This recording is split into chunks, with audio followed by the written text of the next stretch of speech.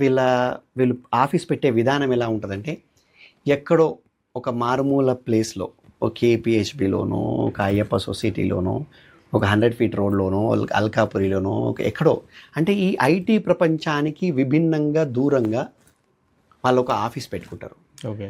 ఆ ఆఫీస్లో మీకు ఒక 500 మందికో, 600 మందికో, 300 మందికో కూర్చోడానికి ఒక వసతో, కంప్యూటర్లో, సర్వర్లో, ఫైర్ వాల్లో, ఇలాంటి ఐటీ ఇన్ఫ్రాస్ట్రక్చర్ లీజ్ లైన్స్. ఇప్పుడు మన టాటా కమ్యూనికేషన్ లిమిటెడ్కి మనం సంవత్సరానికి 10 లక్షల రూపాయల పైన కడతాం మనం ఓన్లీ లీజ్ లైన్కి.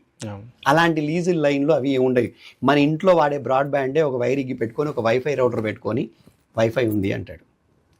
అంటే ఒక ఐటీ కంపెనీ నడపాలి అంటే మీకు ఎంతో పెద్ద ఇన్ఫ్రాస్ట్రక్చర్ అవసరం. ఇప్పుడు మన సర్వర్లు చూశారు కదా మీరు, మన డెల్ సర్వర్లు ఎంత కాస్ట్లీ. ఒక విండోస్ సర్వర్ లైసెన్స్ కొంటే, ఒక ఎంప్లాయీ జాయిన్ అయితే మన క్యాల్ లైసెన్స్ ఎంత కాస్ట్ అవుతుంది మీరు చూస్తున్నారు కదా. ఎవ్రీ ఇయర్ మనము 2 లీజ్ లైన్స్కి డబ్బులు ఎంత కడతామో మీరు చూస్తున్నారు కదా. ఒకటి టాటా కమ్యూనికేషన్స్, ఇంకొకటి ఎయిర్టెల్. మనం ఎంత డబ్బు కడుతున్నాం మీరు చూస్తున్నారు కదా. ఇలాంటివి